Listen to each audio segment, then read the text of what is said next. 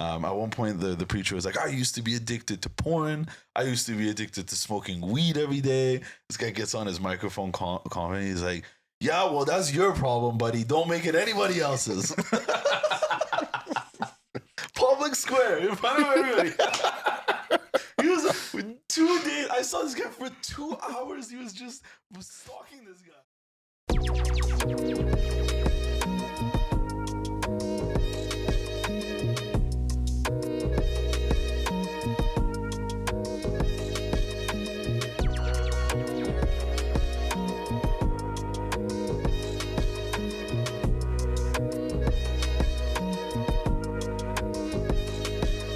Hi, my name is Luke, and welcome to another episode of the Three Wise Guys.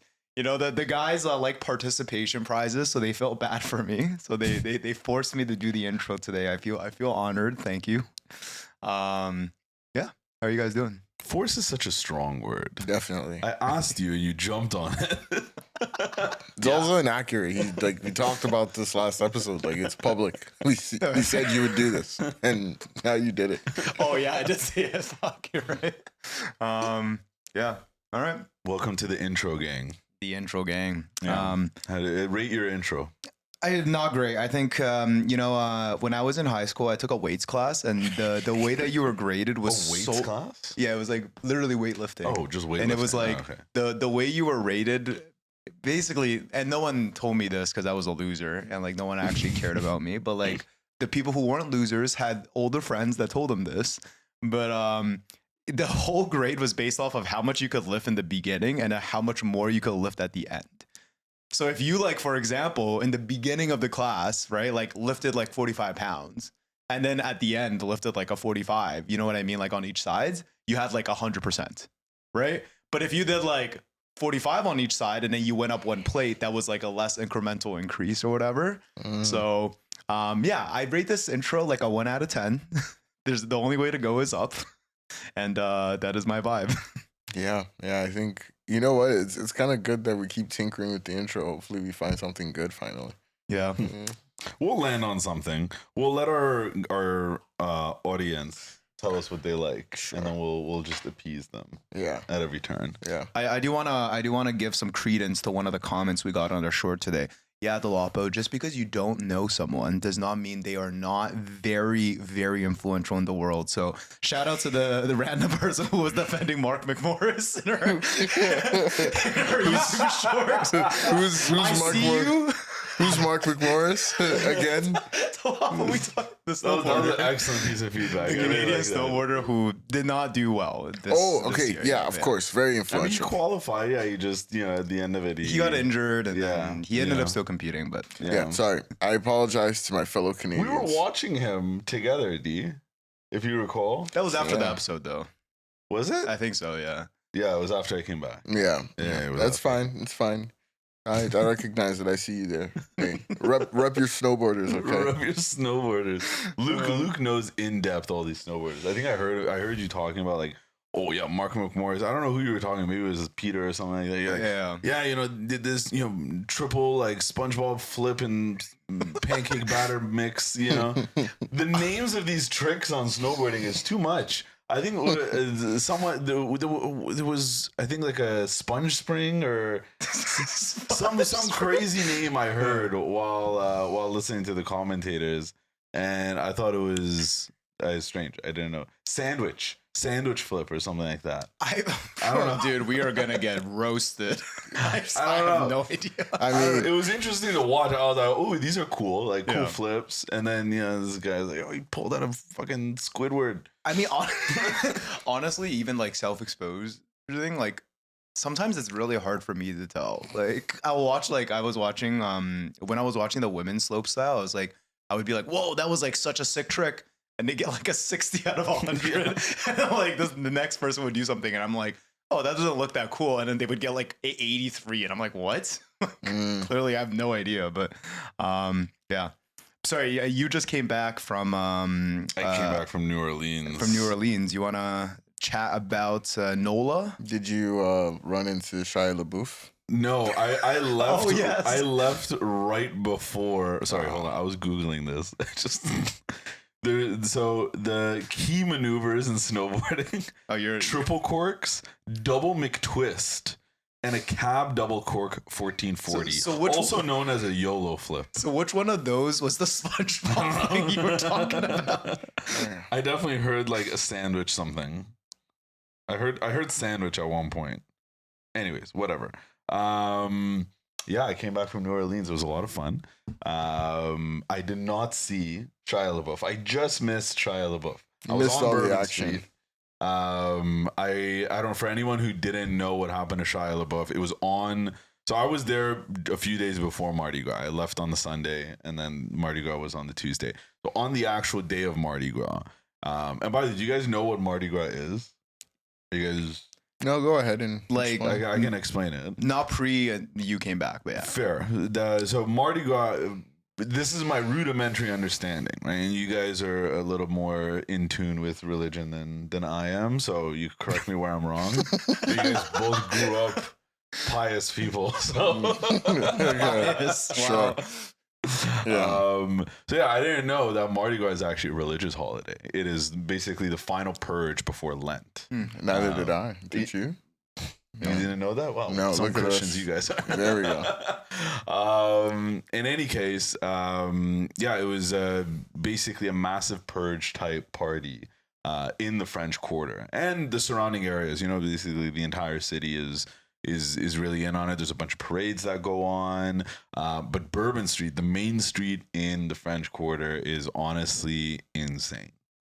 Think about, you know, what's the wildest university street party you guys went to when we were back in uni? What's the wildest one in the wildest like city? the one we were at in Kingston. Like So you say Kingston? Yeah. St. Pat's in Kingston? Yeah. What do you, St. Pat's in Kingston? Okay. I've only ever seen videos of that, right? I haven't actually been to St. Pat's in Kingston, but I can with confidence say in comparing those videos that Bourbon Street in New Orleans is probably like 20 times as busy as that. Jesus. And as economically lucrative as that as well, obviously.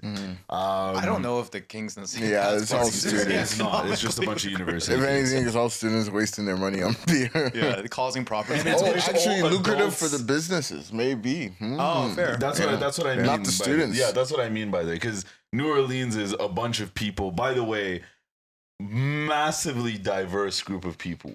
Like, I'm talking old, you know, white hedge fund guys. I'm talking local population. I'm talking tourists, immigrants, everybody of the likes. Everybody was there. It was actually pretty interesting seeing all the. There's a lot of geriatrics there. I'm not even gonna lie to you. There's a lot of old folks there, and they were enjoying themselves. They're up, you know, 8 in the morning, 9 in the morning, down on Bourbon Street, drinking, wearing their stuff. They're out until like 9 p.m., whatever it is. It's a wonderful grand celebration. Quite chaotic. Shia LaBeouf got into a fight on Tuesday on the actual Mardi Gras day. Apparently he was punching people inside of a bar, and then somebody dragged him out. And this part's on camera. Somebody dragged him out of the bar and started beating on him. And then he got arrested, went to jail, and then he posts bail 2 hours later, and he goes right back to Bourbon Street and starts partying again. He's posting a picture of his like jail slip. You know, he got his bond and everything. He paid it. He comes right back onto Bourbon Street, and he's taking videos. He's back drinking and shit. Is he back in like the same bar? Same, like it's one street. It's Bourbon Street. Oh my he's God. right back on Bourbon Street. It was great. It was great. There's lots of voodoo there. Interesting. Yeah, lots of. How does that work? Like with the Christian and Catholic, like, Or is that like the connection between voodoo and Catholicism? Because I actually just don't. I don't know of any know that personally. Is it like an antithesis to There's the definitely like, overall concept of religion? Is that what voodoo is? Because I'm not too familiar with what voodoo is. I don't know, but like for example, like I know there's definitely like passages in the Old Testament that like specifically like go against like witchcraft, and my understanding is voodoo is like witchcraft. Some. Yeah, I don't know. That's just my voodoo is just perspective, like but- you know, like worshiping, like you know, like pagan gods. Yeah, like pagan gods, whatever, other gods, and you know, saying like you can do, like you know, tricks, or you can You can make it rain, or like well, yeah, or you can talk to dead people, seances, or you can plenty of people on the streets doing seances. Yeah, by the like way. Fortune telling, the card tricks, but yeah, I think it's a lot of the communing with the dead and seeing into the future and telling people's fortunes, stuff like that. But yeah, it's all just associated with worshiping different gods and stuff like that. Like, make sure I never go into like one of those, because I feel like I would want to believe it. I feel like everybody who does it wants to believe that's what I was gonna say. That's the whole point. First of all, that's requirement number one. You have to want to believe it. Okay. Otherwise, it's kind of useless, don't you think? Well, it's good for entertainment. Like, but like it's all placebo, like, reinforcing. Hopefully they help tell you something to give you the confidence to do what you need to do, or something to scare you out of doing what you need to it's do. magic. What are you talking about? Yeah, sorry. What are you talking about? It's voodoo. Dude, do you not remember, like... As far as I'm concerned, hormones are magic too. So never controlled them, never told what they like, it's my hormones. All right, cool. Can I get a hormone palm reading, please? There we go. You really I wonder how many great men were actually just inspired by like trying to impress some chick that wasn't like mentioned in the history books. Like, could you imagine if like Alexander the Great like this whole time was just trying to impress like some chick like in his court or something, and he was like, oh, like, I'm gonna conquer all these I don't know lands. that anybody here would be surprised. Men throughout history have been known to do some pretty stupid things for women, and I don't think the greatest men in our society are any exception to that rule. Hell no. But in any case, I guess one thing about New Orleans is there's a lot of historical lore regarding ghosts and spirits and horrors and things like that for some reason. When I was walking through the streets at night, there's nighttime ghosts and ghouls tours. So it'd be like walking tours throughout the city, and they say, oh, it was reported here in 1923 that there was a ghost horse that ran through this street right here, and 7 people saw it. Like, what? Don't they do that in Ottawa as well? The haunted tours or whatever. Yeah, New Orleans is part of the city and everything. Yeah, it's part of their culture, 100%. Did you were you curious? Like, no, I was busy. I was walking by these people doing tours. Funny enough, I was like, these guys are getting scammed. They are. I said it out loud to my girlfriend while we were walking. And I was like, these guys, they just threw away their money to walk around the street at night. There's a party happening down the street. Ghosts are asleep. They're not here for the party. Oh gosh. In any case, it was like a really wonderful experience. Like, culturally so rich, so many different types of people. The parties were just fantastic. Outside of Shia LaBeouf getting arrested, I didn't see a single brawl. People getting upset when they're drunk or whatever it is. I did see, we're talking about religion now. I think I told you guys this story too, but I did see when I was at Jackson Square, there's a bunch of preachers, right? And like, especially around Mardi Gras. Oh, yeah. They hit the streets and they're like, repent your sins, whatever it is. And I saw this 2 days in a row. So this is one preacher, and there's this guy following him. This guy following him was wearing a Spider-Man shirt, a blue Spider-Man shirt. He had a megaphone, and he was following this guy, and he was just talking the most obscene shit to this guy.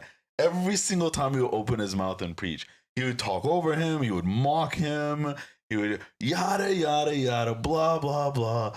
Miserable people like to make people miserable. Every other colloquial, anecdotal themes phrase that you could think of when combating against religion, he would say. At one point, the preacher was like, I used to be addicted to porn. I used to be addicted to smoking weed every day. This guy gets on his microphone comment. He's like, yeah, well, that's your problem, buddy. Don't make it anybody else's. Public square in front of everybody. He was 2 days. I saw this guy for 2 hours. He was just stalking this guy. Was this like like smack dab in the middle of like all the partying? Or So like... no, this is Jackson Square. Jackson Square is a little park. So Andrew Jackson was a general in the war before he was president, and he actually won the war in New Orleans. I think it was 1812 or something like that. So he's very famous there. People love him there. He's a decorated war general.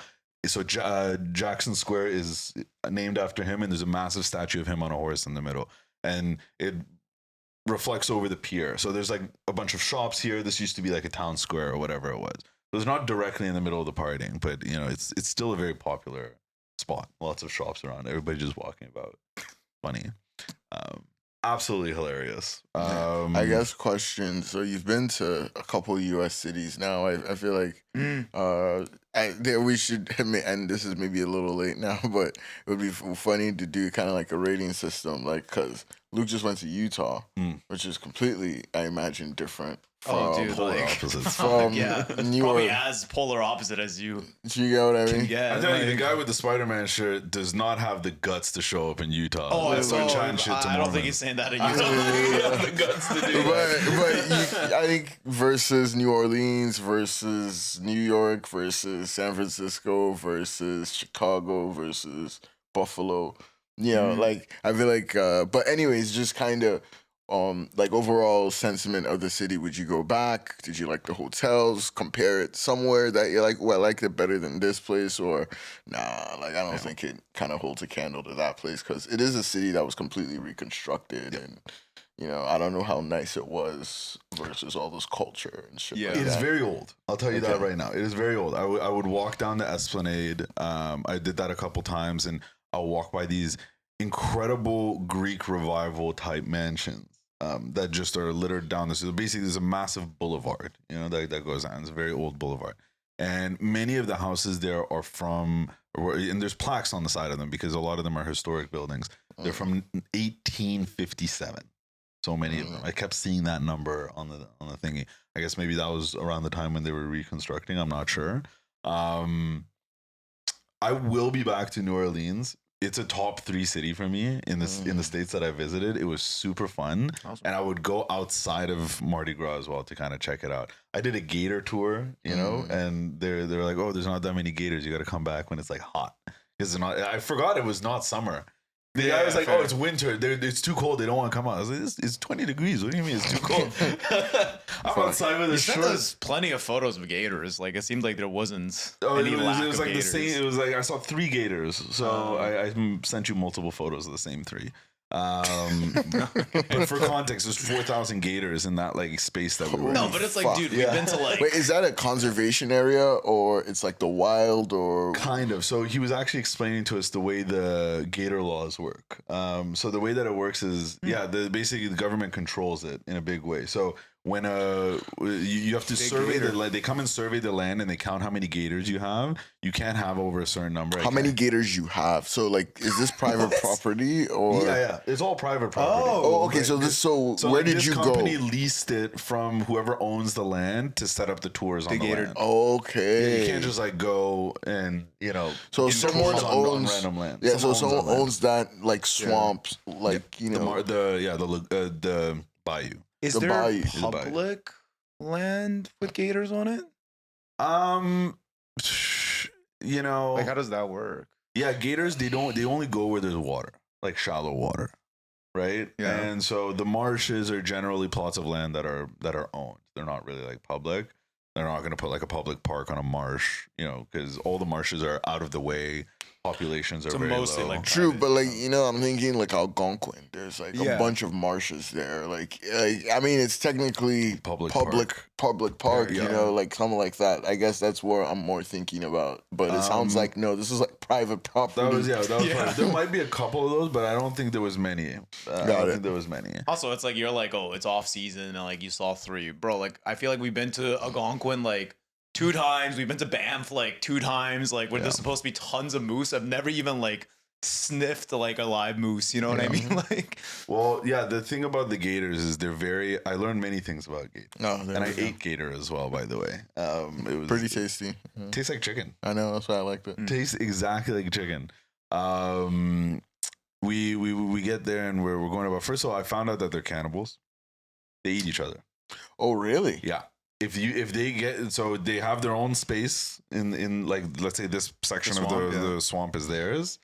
If another one comes in, if it's like a male, they will eat the male. They will like bite it, kill it. It'll stay there for a little bit, and then as it rots, the skin will soften up and the meat will soften, and then they'll go eat it as it rots because then it's gonna be softer. Really? Yeah. Ruthless. This guy was like, yeah, we've lost 2 gators to cannibalization.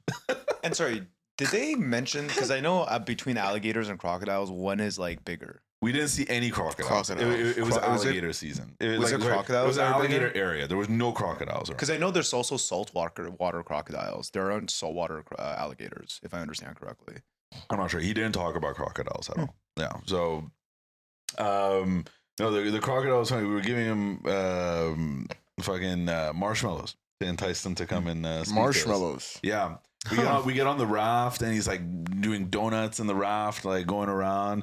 He starts the trip with saying, there's life jackets. You can wear them if you want or don't. Okay. You can wear them if you want or don't. There's. I mean, if you get into the swamp, I don't think a life jacket's gonna save you from a gator. That's a good point. No, he actually said, so if you fall into the swamp, I'll throw you a life jacket. But keep in mind, the swamp is about 3 feet. So I'm gonna laugh at you first, and then I'm gonna throw the life jacket at you just before the gator gets you. Yeah, I'm more thinking about the gator getting you, not like drowning or. No, but it was cute. Yeah, we saw some gators with their babies and everything. Yeah, it was a pleasant experience. New Orleans is just it's a very historically rich city. I would love to go and learn more about the history of it. You know, I did a river tour of the Mississippi River as well, which was pretty neat. Went to a couple jazz shows. There's lots of like culture and good food and just good vibes in New Orleans. Everyone's so nice. Everyone's complimenting you walking around. You know, you don't get that in Toronto. That's what you want, man. That's fair. Sounds like a good time. Yeah, it was great.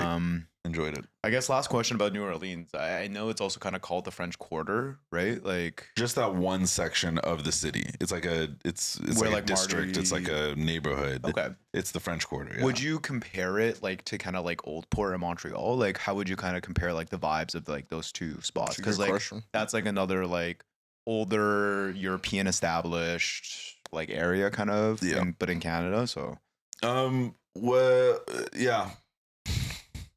Yeah, that's as far as the comparison will draw, I'll say. Okay. You know, Old Port, Montreal, they use a lot of bricks. Yeah. Right? Cobblestones, bricks. Here's a lot of wood. A lot of wood, a lot of French Baroque railings, multi-story like units, things like that. Funny enough, so I like one of my favorite games is Red Dead Redemption. And, Saint Denis, the one of the cities inside the game, because basically the map is essentially the entire United States, right? And you go to Saint Denis, and Saint Denis is modeled based on New Orleans in 1899. And when you're riding your horse to the town and everything, there's these horse posts with a horse head on it. That's where you hitch your horse, right? Those are real things. They were actually there in the city of New Orleans. Like we walked by them. They have the ring underneath it. They've restored. Some of them broke. Some of them they've restored. Some of them they've maintained. I thought that was a very, very neat thing. Park your horse. Yeah, you go up and park your horse. Well, obviously not now, but in any case, these are the architectural pieces. So it is still very. It's like a mix between American and French style. You know what I mean? Like nice heavy grid layout. Lots of similar type buildings, but yeah, mainly wood. There is obviously stone and brick being used, you know, to do foundations, but a lot of paneling and covers on the front. Whereas I find Old Port is lots of exposed brick, gray and red. Yeah. Not too many balconies either. I noticed, you know, things like that. Makes sense. Yeah. It's very cozy, very French. You know what I mean? Whereas I find Old Port very just European. Yeah. You know? But yeah, great city. We should absolutely go. I'm proposing that for our next Three Wise Guys meeting. You propose everything every time. We'll see. Well, if this meeting ever happens, we'll definitely be there one day for Mardi Gras. But before we get on to our next topic, I do remember something else from last episode that I did follow through on. If you remember last episode, one of the things we were wondering about is the luge event. Remember, because remember how we were talking about how like Winter Olympics, there's like so many of these events, and you're kind of like, how did like anyone even come up with this? Because it's like soccer, like you think about it, okay, like guys are kicking in a ball or like lifting something heavy. That feels very like human and primal and whatever. Well, what's the luge again? And it's the luge is like, again, well, we were specifically talking, I think, about the tandem luge, where it's like a guy is lying down on a board with like skates underneath it, like a sled basically. Oh, okay. And then another guy's on top of him and they're like shooting through like an ice. Okay. Yeah. So we're like, how do you get there? And it turns out apparently like and here's the thing, like when I read it, I was like, okay, this makes sense. But it's like in the Scandinavian countries, they used to do like sled races. So like they go to like a hill and then they like would go down a sled, but then they were like, oh, like this isn't like very fair, because if you think about it, like if you're on a hill and like depending on the path you take or whatever, like there's discrepancy. So like the competition just like evolved over the years. But this was like apparently like in like the 16th like century, like it was very old. Like I thought this was like way older than snowboarding. You know what I mean? So like you're saying it's like a competitive version of tobogganing. Exactly. Like the skeleton toboggan, the skeleton, the luge and the bobsled all basically came from sledding. Okay. Like people just sledding down a hill and then wanted to do it. And I was like, apparently it's very dangerous. Oh, dude, you're like going. It's the most dangerous like winter sport. Like you're going insanely fast. Like you're going like 120, 130. You're just surrounded by stiff ice. You can imagine. Bobsled's probably not like but I don't know. In bobsledding, they almost go like upside stories down. I've seen were from bobsled actually. Oh, like because basically, if your capsule basically jolts or does whatever, your head bobbles around like. That's true. I guess I thought the capsule would be safer because you're at least in something. Yeah. But it actually might be better, to your point, to just get launched off at that. Anyway, that's how the luge was invented. I appreciate learning more about white sports. You know, I mean, shout out to the Norwegians. I think they came up with most of the gold. Yeah, there was one guy won 6 gold medals. 6? Who was this guy? This Norwegian guy won 6 gold medals. Give him a shout out. That guy's getting a blowjob. You did. Yeah. Everybody. You know, you volunteering these? So whoever is with that guy definitely deserves a blowjob. The most golds by one athlete in a single Winter Olympics, and so apparently he just won every single men's cross country ski. How do you say that? Johannes Hosflot Klæbo? Yeah, there you go. I don't know. You were not gonna try that, were you? Yeah, Klæbo. I think Klæbo's good enough. Klæbo, yeah. Yeah, he finished the 50 km, which was the 6th gold. Just he did the cross country, or he did the biathlon? He did every single cross country men's event and won sprints, single one. Skiathlon, 100 meters, relay, team sprint, and what was the last one? It's like the 50K. 50. Okay, yeah. 500 meters. Oh, 500 meters. Yeah. 50K. No, 50K. No, it is 50K. It's 50K. 50 km. Okay, wow. Holy crap. Oh, wow. 50 kilometers? It's insane. It's 10 insane kilometers, that one 50 athlete kilometers. won both the sprint and the endurance event. Isn't that kind of crazy? Like, yeah. It's just a he's talented like the man on Norwegian skis. Michael Phelps. Yeah, there's just a talented man on skis. Yeah. Like, till today, Michael Phelps walks into a building and gets his dick sucked. Fucking, like... He runs. Are you offering it? No. He's in every building. No. Think about it. I see all these athletes in the dick sucking habits. So I saw a tweet. It was so funny. It's like, because every year we get reports where it's like, inside the Olympic Village there's like a shortage of condoms. Yeah. Every year, someone tweets like, can anyone explain why these athletes, when they go to the Olympics, just fuck like bunny rabbits the entire they're fucking Like athletes. the most athletically gifted people in the entire world stuck in one confined space. All right, great. What do you think is going to happen? So are they making athletically inclined babies the entire time? Well, unfortunately not, because the condoms are being utilized. I heard, what's it called? And this might be some bullshit. It was Huberman on TBPN. where he was saying, oh, like a bunch of these like Olympic guys, like he was like, yeah, Cialis is probably being used, and like like Viagra and all that stuff. Did like, they need it? They're young. Like I don't know. It's like apparently it's like a way to make them perform better or something like that. Oh yeah. Yeah. So he was just like mentioning. So there's that like casually. actually a performance side of it. Yeah, you like mean? he Or, talked about like getting the blood. Just like I don't know. He's like, it's Huberman. I don't know. Go watch it. I think it was Huberman on TVPN, and he was just kind of talking about it. So yeah, go watch the explanation from Huberman to find out why taking Cialis makes some people perform better. Yeah. I mean, you were telling me just like extra crotch space. Okay, but that's the ski jump. Like that kind of makes sense, right? Like the extra that makes sense. That does not make unless you guys explain it. Like I don't think you can just say that makes sense. So in the ski jump event, there was basically a cheating scandal where basically these athletes injected this type of acid into their genitals and it expanded their genitals, so they needed to size up on their ski jump suits, and then the extra fabric hanging off like in their crotch area basically created like a sail-like effect.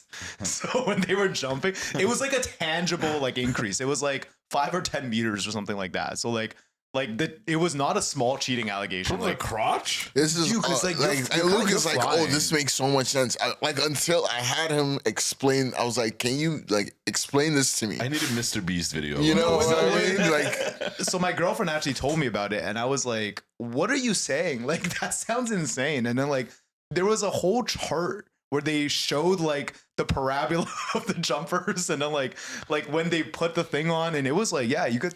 I need to see this. For the time being, I trust the physics kid. Yeah, don't trust. Like, I'm bringing this up, saying you told me that was cheating, and that's pretty wild. So okay, don't. I'll put this up. I will say, we'll share it with the audience, and they can tell us. Once they start doing projectile parabolas and shit, yeah, they're serious. But yeah, let's not deep dive. Let's talk about kids killing themselves. Like, I think that's more important. Great, what a elegant transition. That was incredible. There you go. You're welcome. So by the time this episode gets out, the day that we're dropping this is going to be March 2nd. And therefore today is Teen Mental Health Awareness Day. Luke, you found this. Day.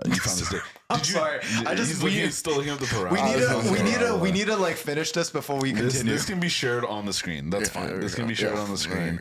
So what is this? What does this visual say? For every 2 centimeter increase of crotch space, there is a 5% lift increase, bro. 5%. What's the source on this? Because I see the title say the ski jump penis cheating scandal. It says the Times and the Sunday Times. So. Yeah. Okay. All right. No, but like this was anyway, sorry. Back to the very There's so many different diagrams of this. That's kind of insane. Save these. So that's a Science Direct, so there's a paper about this. All right. Anyway, we'll be putting these up. Delapo will be teaching a physics lesson next podcast. He's gonna. Yeah, I guess it's the same principle as a wingsuit, right? Yeah, fully. Like it's just more. The wingsuit has like under your armpits, has between your legs, like all the way like up to. But like, imagine if 2 wingsuits had to race, and like one guy had like 2 centimeter more fabric. That guy would probably 2 centimeters. Probably go further. What is this drug that makes your penis bigger? It's a type of asking for a friend. Yeah, give it to me once you hear. I can share my research findings with everybody when I find it. Yeah, there you go. Speaking of things that depress you, oh my god. So today is Teen Mental Health Awareness, and what we just want to kind of bring it up and give a little bit of awareness to it, shed some light on it. We were all teenagers at one point, and we know how hard things can get, but just know that you're never alone. I think one thing actually that I was looking this up beforehand, and Luke had mentioned it as well, is there's been recently a very concerted effort to limit young people's access to the internet and social media, and that's been a growing trend. And do you have some stats you want to talk us through? I'll talk you guys through. I mean, what that kind of tells us is that a lot of folks probably are thinking most of the teen mental health issues is coming from before it was social media, but it seems like a lot of these restrictions or a lot of these policies that are trying to be put in place are against internet censorship entirely. In general, yeah. And I think that speaks a lot to like kind of where the internet has come. You know, social media is not the only place that you can get influenced anymore by your friends and things like that. So, yeah, I mean, India in 2024, they had an 84 plus state mandated internet blackout. Oh no, they had 84 individual state mandated internet blackouts. 84 plus across all of their states. So Myanmar is now actively hunting Starlink users to stop them from bypassing fiber optic cuts. This was kind of like recent internet shutdowns, you know, like India's was quite large. Australia has a new law. It fines platforms up to $50 million if they don't block kids under 16.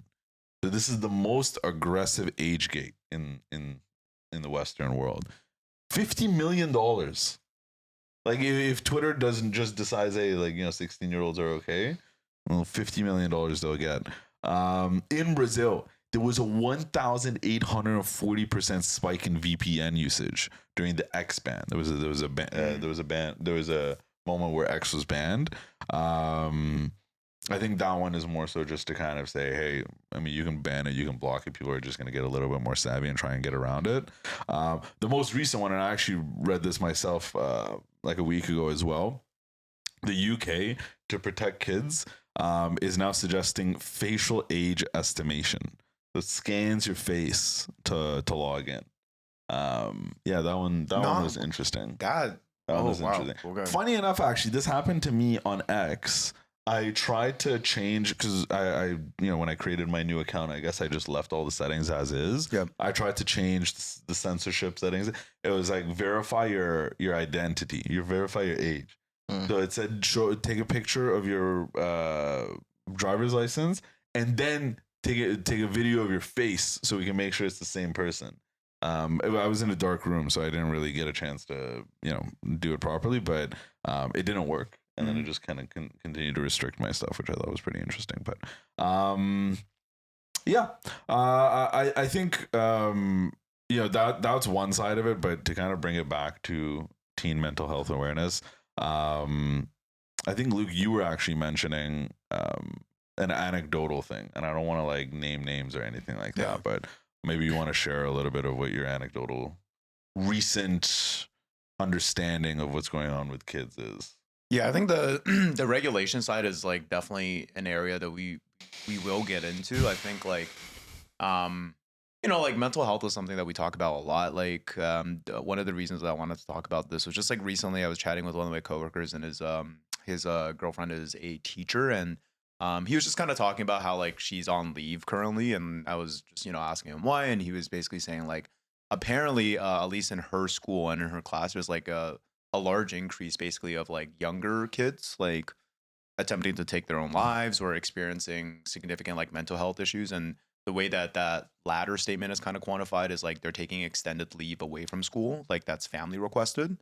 So I don't know, like when he said this, like everyone at the lunch table was kind of like we took a pause, because like don't get me wrong, like when I was in high school, like there were some of that, like, you know, there was like, you know, in high school I think I personally knew of a friend who tried to take their own life, but like that's not like, and this is maybe kind of shitty to say, but like that's not the craziest thing. I think like you kind of, you know, between the ages of like 13 to like 18 there could be some turbulent things that might cause things like that if you don't have the right support system.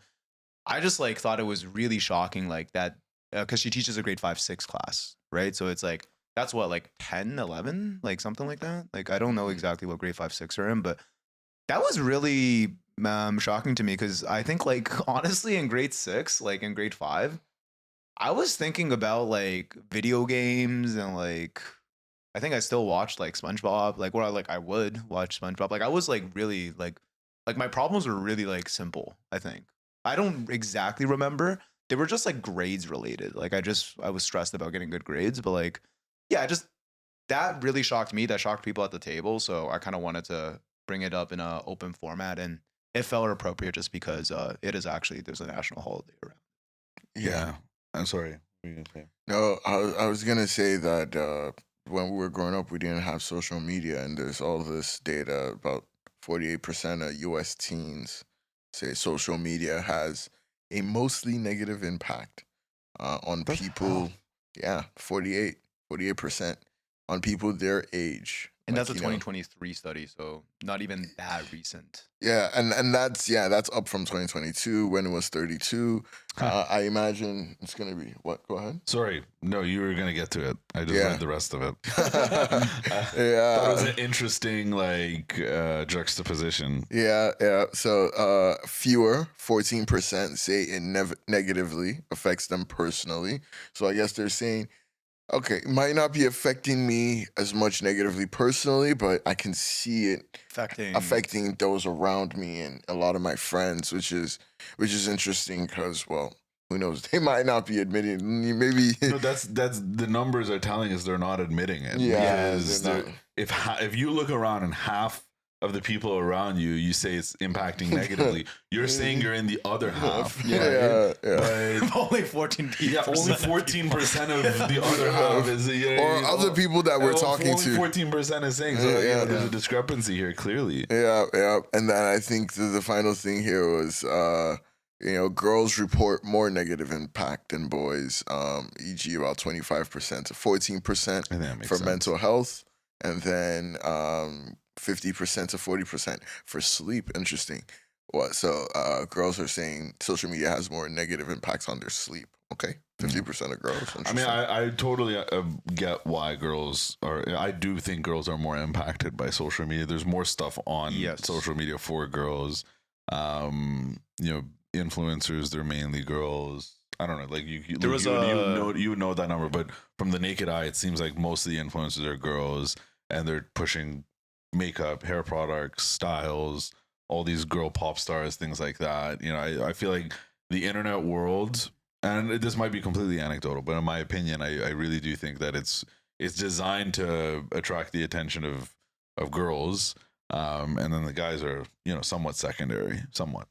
I think first of all, I think this is like a really broad and intense topic because we're kind of correlating, like a wider problem, which is like mental health and youth, which first of all, I think we're kind of in a weird generation because it's like growing up, at least just speaking for myself, mental health was not a big focus of my upbringing. And it's now it's a huge thing, right? And that might just be my household because I think that wouldn't be accurate and everyone from our generation, right? But this current generation, I think we can pretty confidently say it's that's a big emphasis and big focus. So it's one factor there could be oh, well, who knows? Maybe it was always like this, but there was no data to support it previously. So I just want to kind of start off by saying all my perspective is very anecdotal. This is just the way I personally feel about things based on things I've seen. Before I get into that, one of the things I wanted to say was I was doing a lot of research on this, and you're absolutely right on the female side. So there was and I really wish I remember the name, but there was a metric that they reported where basically it compares the effects of actually physically being bullied, the negativity associated with that versus spending time online. And they were saying girls specifically were 60 to 70% more likely to have an adverse effect in online interactions to the degree that it would be the same as just being physically bullied in real life. Whereas boys are less likely for that to happen. Maybe that's the COD lobbies, growing up, but what? The Call of Duty lobbies. Luke is making the argument that young boys have been basically groomed to deal with abuse through. We abuse each other for sure. Yeah, because if you've ever been in a Call of Duty lobby, it's incredibly vulgar. Oh, it is beyond reproach. Every person, those chat rooms are. Think about every curse word that it's there, and you'll also be educated on maybe 100 others that you didn't know. Yeah. That are from other countries. Created how many Shakespeare's are in these COD lobbies? They're just making new words. It's insane. Some of it's insane. Everyone's had relations with your mom. Everyone's had relations with your sister. Right away. Okay, all right. Sorry, I just didn't understand COD lobbies, but clear picture now. I think just on like the teen mental health day, like the only high level statement I really wanted to make was like, I feel like this is uncharted territory. And I feel like I just feel kind of like sorry, I guess, in a way for teens, because it's like, I don't really know how you guys feel. I don't really know how to help. I just know like anecdotally, it seems like, at least in North America, like mental health is tough, especially with all the visibility. I'll say this, right? Like we know, like to me, the internet is a force multiplier, and we know like not everything in the world, at least from a societal perspective, we believe kids can handle. Like that's why kids can't vote at a certain age. Kids can't consent to certain things. Like you need a parent to sign off on a tattoo. You need like you can't drink until a certain age. You can't buy cigarettes until a certain age, right? Like as a society, we've deemed certain physical things like no, you need to be at a certain age in order to decide that for yourself. Whether or not that's right or not, it's worked so far, right?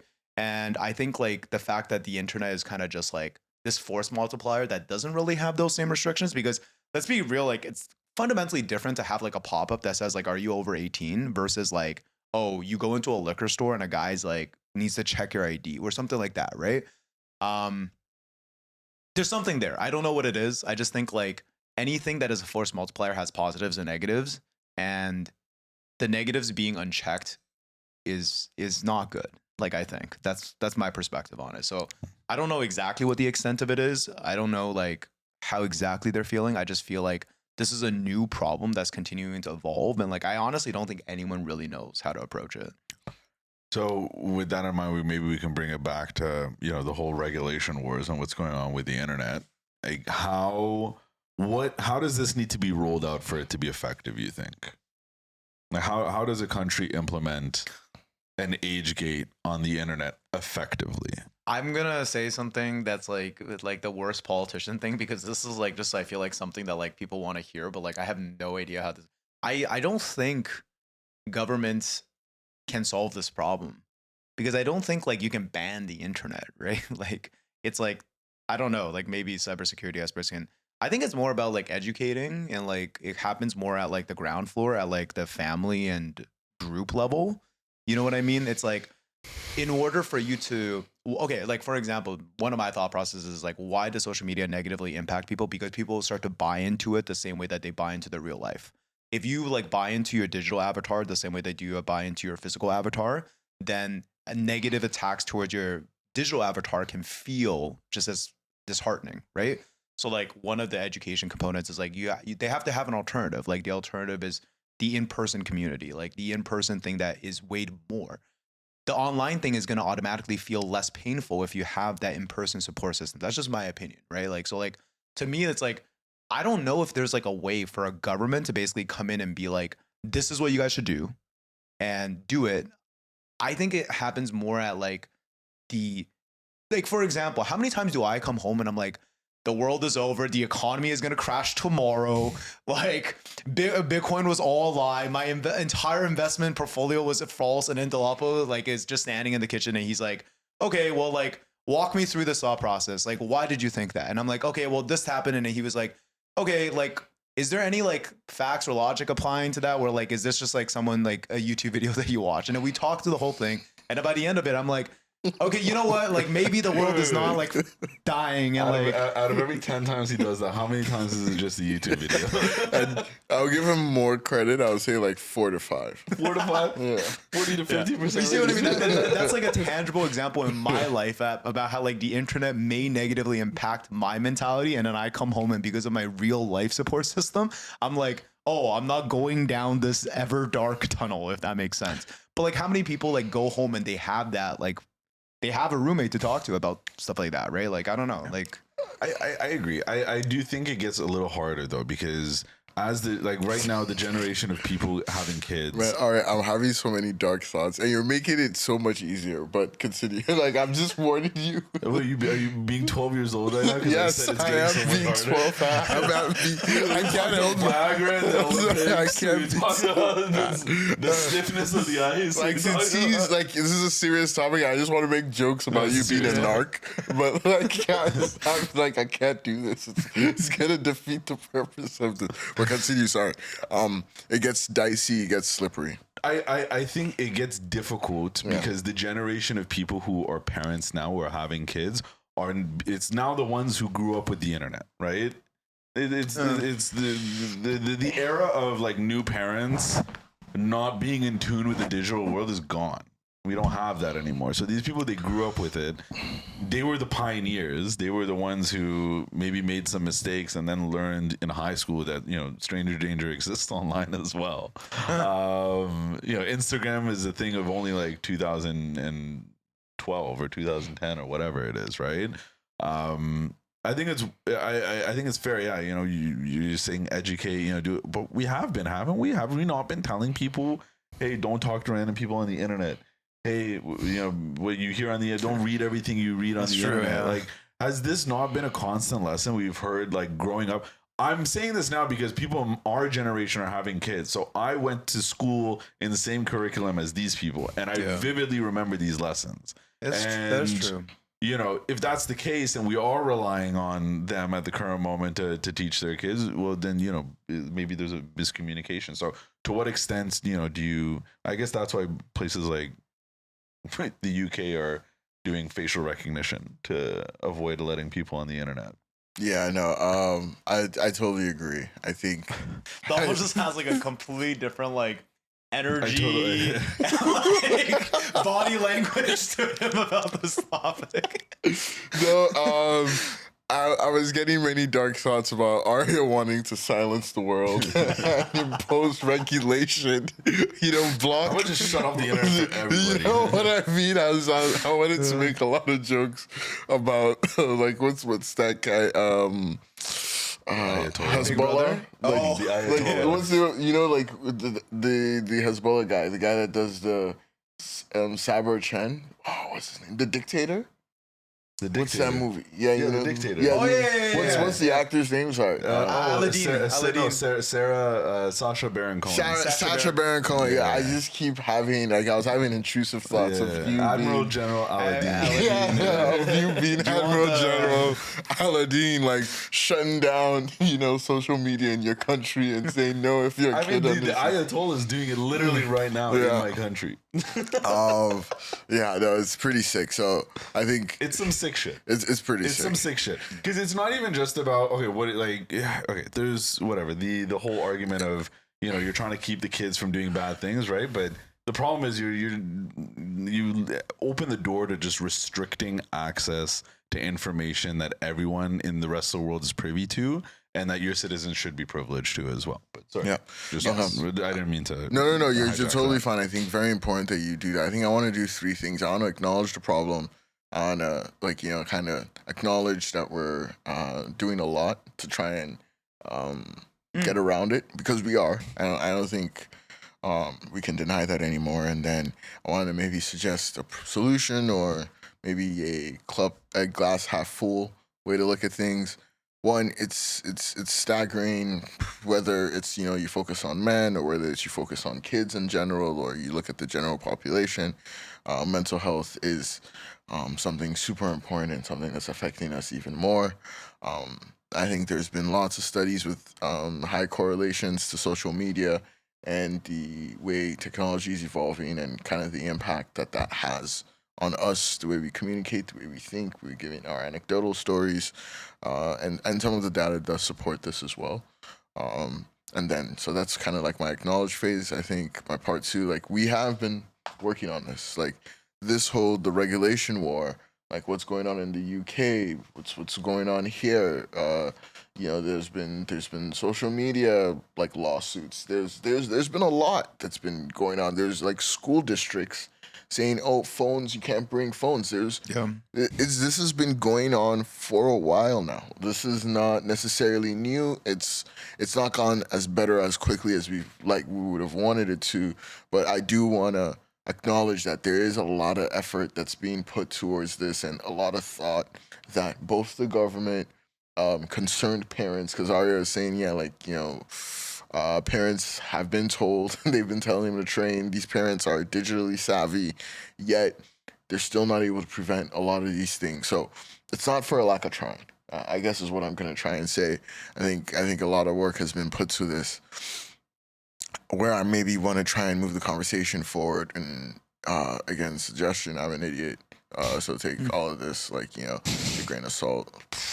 What a disclaimer. It's usually best to just say your thought and then do the I'm an idiot after. So at least everyone gets a raw impression and they can interpret it, and then do the I'm an idiot after. It's fair. I sometimes do it before. I just, I'm not a smart guy. You're prefacing someone's reaction. Yeah, well, I don't know. I'm not a smart guy. I just don't take don't take this too seriously. But I was gonna say, the technology that evolved to get us here is not. We can't unevolve it. Like, the genie's out of the bottle, right? Like, we can't.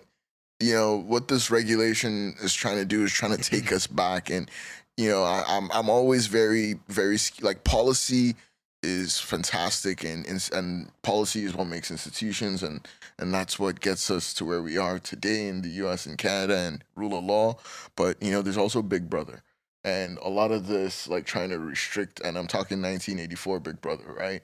And I believe trying to restrict this is going to lead us there. And we saw it happen in the U.S. Okay, like, literally the most free country in the world. Like, the whole Twitter files was all of this. We saw it happen with the elections, with Facebook, Cambridge Analytica. It's happened in the past. We saw it happen in Brazil. It happened in Nigeria as well with protests. It got banned in Nigeria. Just trying to say that it gets really dicey when we try and restrict access. Like, when that becomes...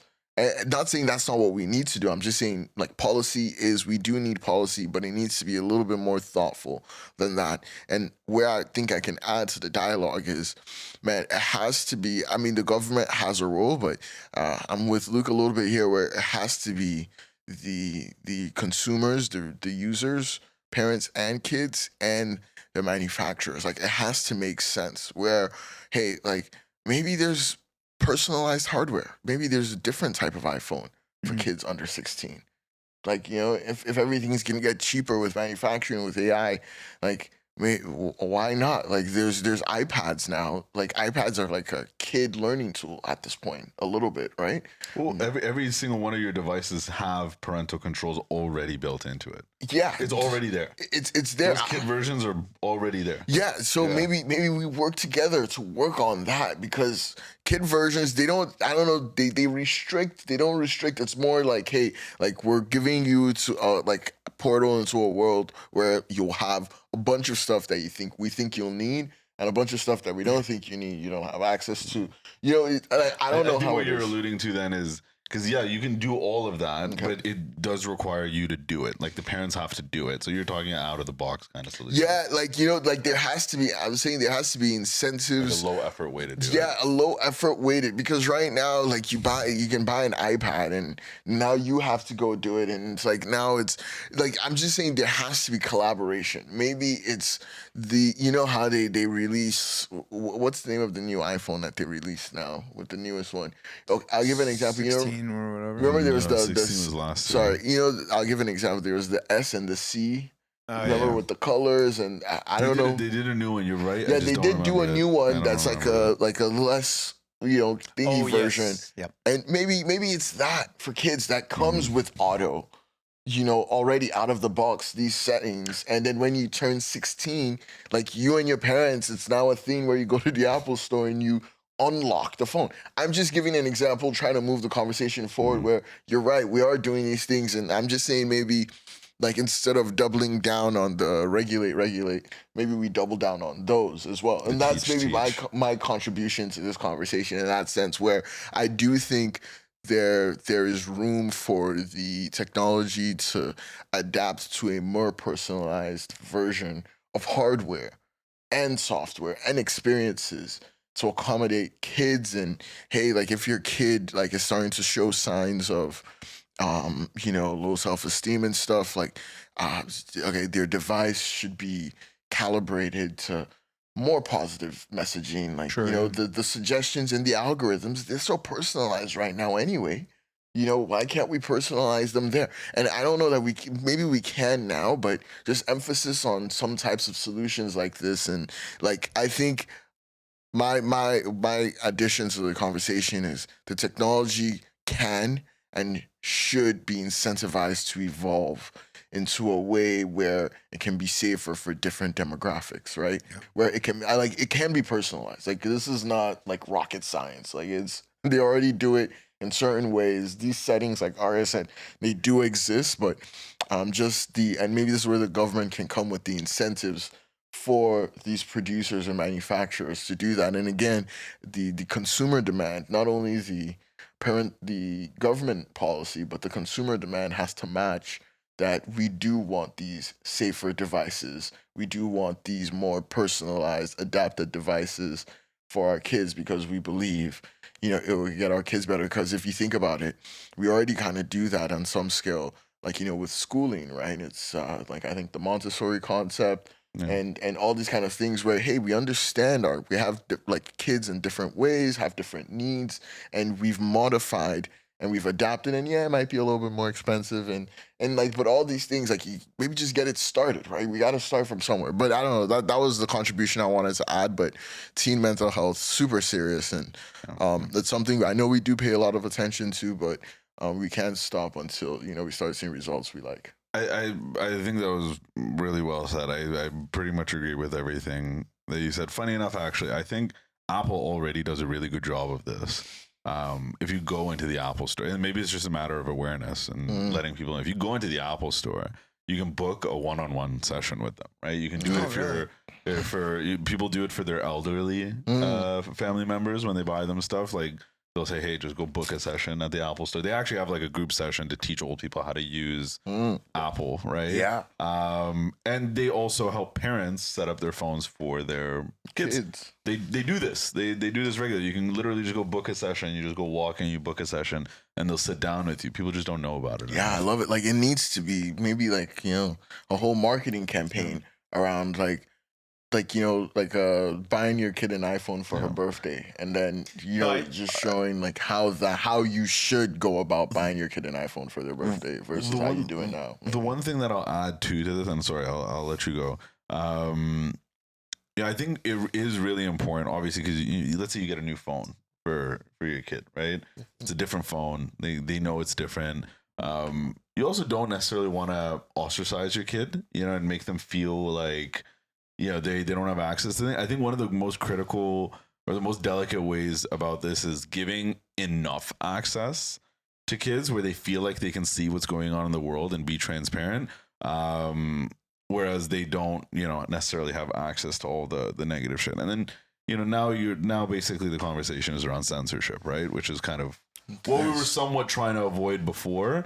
Because often that alienation will just cause them to go and access that same content in another way with less supervision and less guardrails. Like, they'll take a different device. They'll go to public, whatever it is. What I was going to add there is, like, censorship, I think, is the big no-no when it's the government that's doing that. When it's your parents, when it's a parent censoring their kids. It's about buying it. That's where we're, like, not blanket carte blanche censorship. And that's why I'm talking about the personalization and the adaptability, right? Like, like, you as your kid, as a parent, like, you should be able to, like, where your kid is at. Like, not every kid is the same, and there will be general settings, but I like where, like, the big brother is, like, the government can set policy guardrails, but when it's the government that's censoring you, or when it's whatever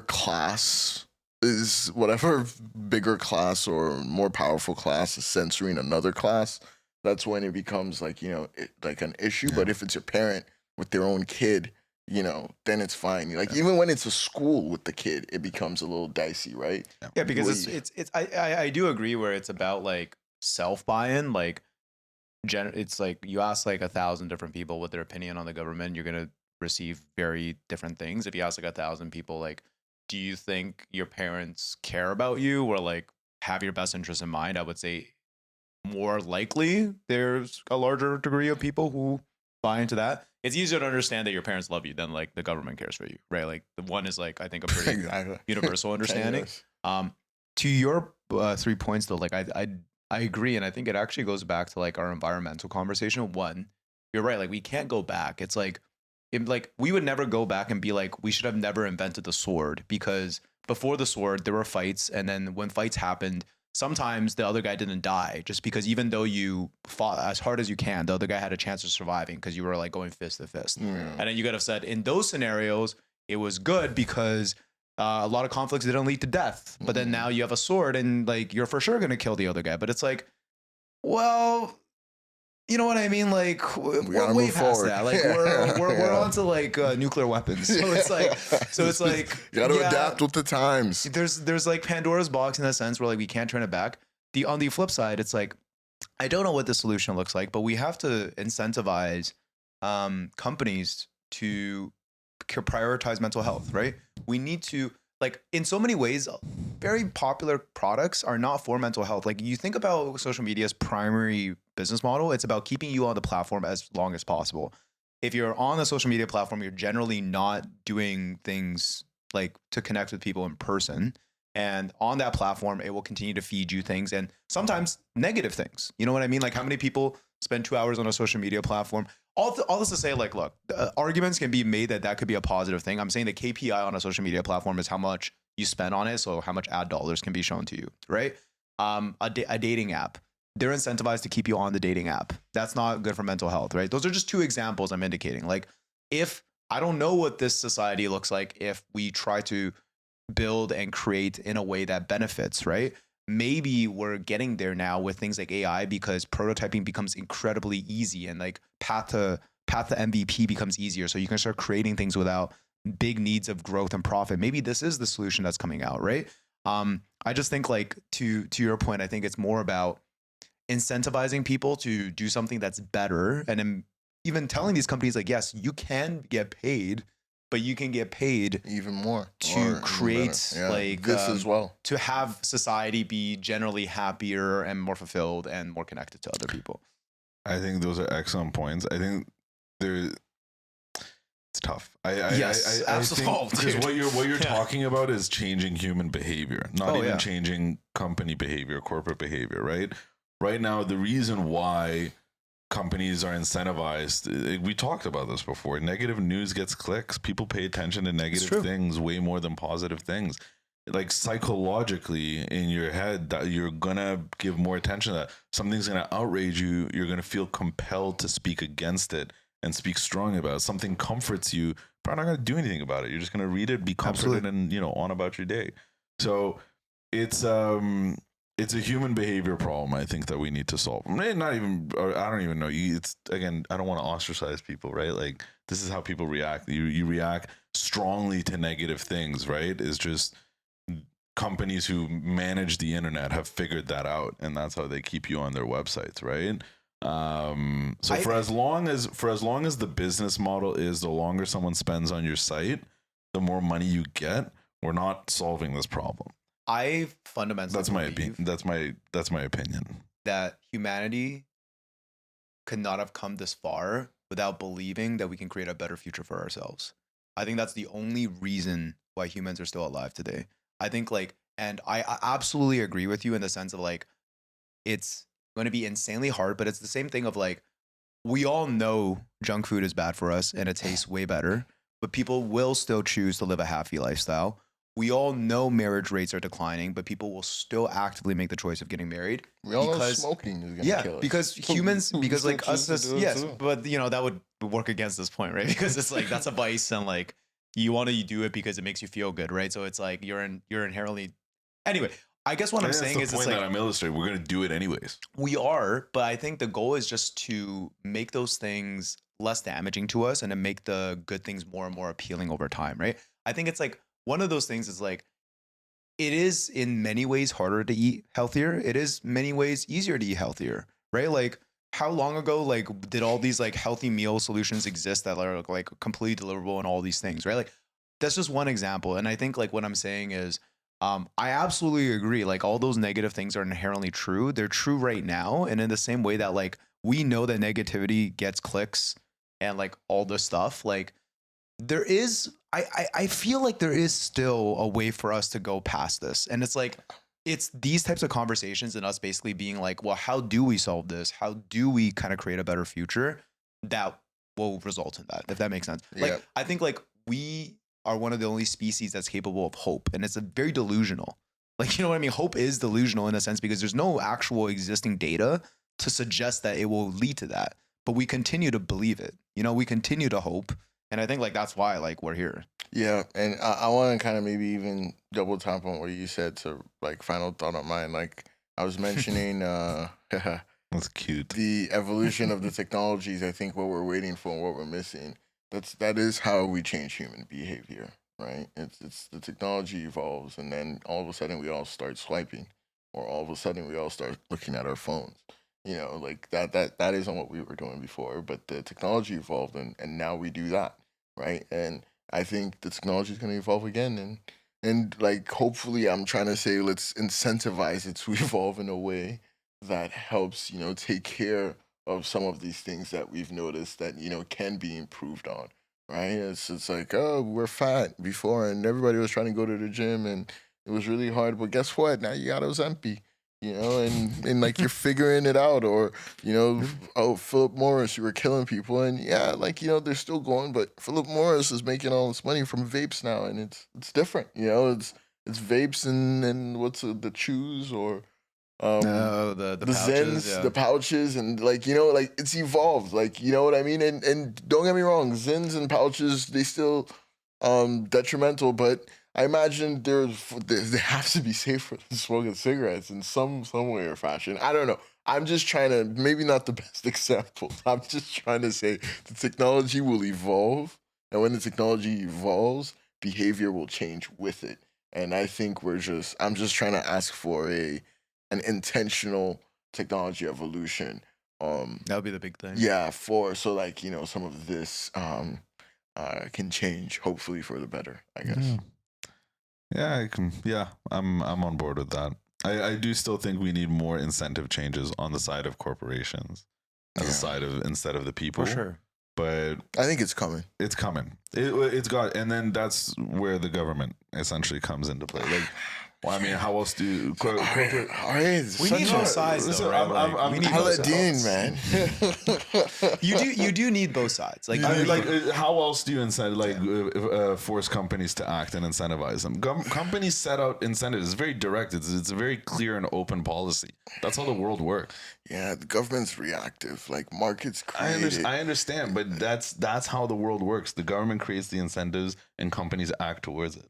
Yeah, I guess I'm more. That's just the fact of the matter. I'm a free market philosopher. Even in a free market, that's the case. I know. Even in a free market, that's the case. Yeah, I guess what I'm trying to say is maybe I think AI is gonna like have a bigger role than maybe the government on this one. But like that's like a semantic. Like they're both gonna have an effect on it. Sure, they're absolutely both. I mean, like we need the government to have an effect on it. I guess I'm just saying I don't go run government daddy. Tell me my rules and fix the world for me, kind of thing. Okay, there's no further words on this is going to be productive. Yeah. Thanks, guys. That was what I called the government. Have you even seen The Dictator?